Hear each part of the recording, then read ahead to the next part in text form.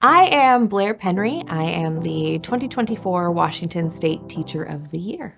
This project, I'm really excited. I'm going to be working with 3 different teachers at 3 different levels, so elementary, middle, and high school, and their students, and really getting a chance to dive in and showcase what is just amazing about their classrooms. What are students experiencing in classrooms that are doing that really well?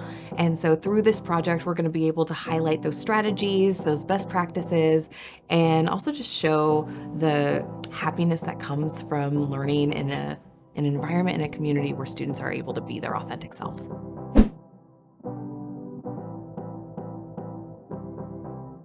Thank you so much for letting us in your gorgeous classroom. Oh, thank you. Can you introduce yourself, Chad? Yes, I'm Nelda Trujillo. I teach first grade at Gildo Elementary. He's in our booklet. My biggest, I think, goal with this position is the community aspect with my families. So the students aren't only my students, their families, the families are my families too. Yeah. Because when I was a para, I had a lot of connection with families and stuff. In the office, that's all I ever, talked Right. with. I helped all the families. Yeah, the first face. Yeah. So Absolutely. when I first came in the classroom, it was like, oh, wait, I don't get to see families. So that was a big shell shock for me. Yeah. But then slowly and surely, I built relationships in second grade when I was at Evergreen Heights. And then here, I made it a point, like it was my goal. Like, I'm going to get to know these kids, but I want to get to know their families. Because I can't know these kids unless I know their families. That's So so true. that's what I've been doing, and I just love it. Can you tell us more about how you get to know the families and how you incorporate them into your classroom and your style? Yeah, I talked to all of them. Yeah. And so there's some language barriers, of course. So there's some translations, and Remind, does a lot. But So helpful. just Technology is so great. I know it is.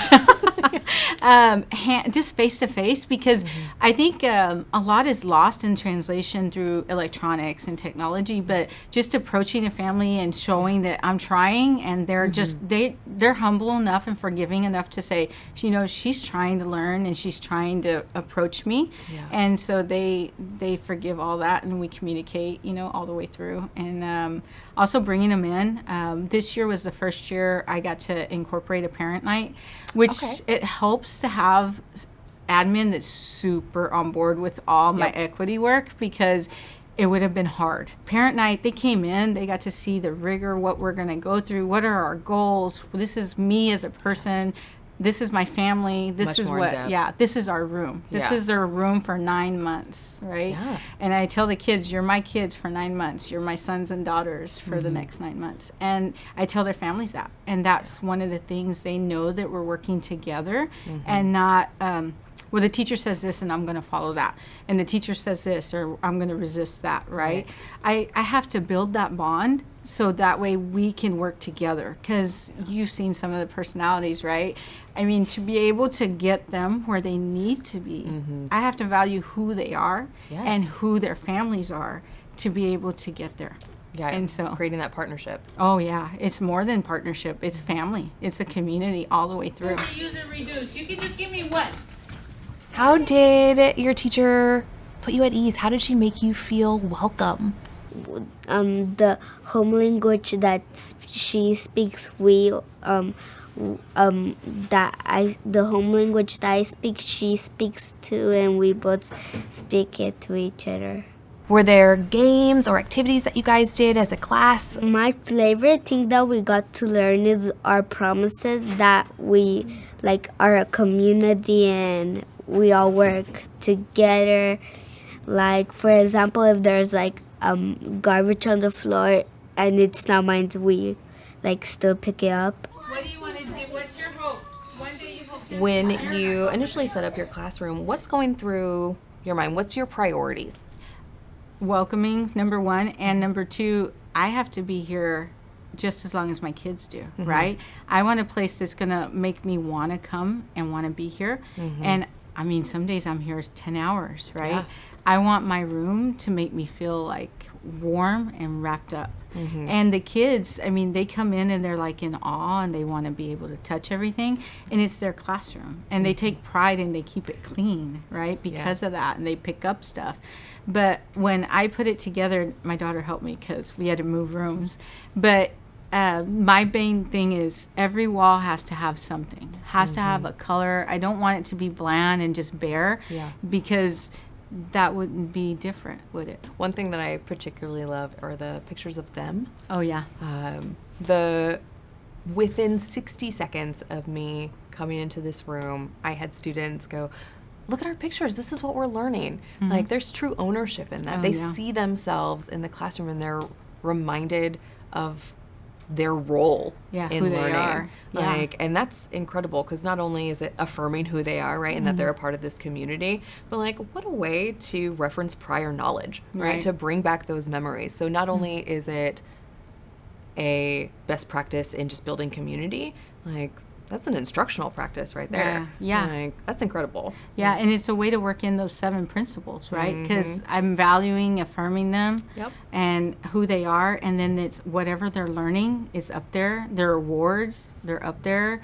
When we've done just arts and crafts, it's up there. Yeah. And they love being on everything ownership. The languages, languages.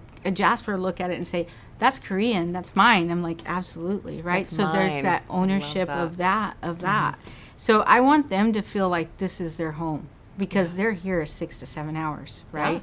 Nonstop. I mean, we transition maybe 2 times during the day, but the rest of the time they're in here.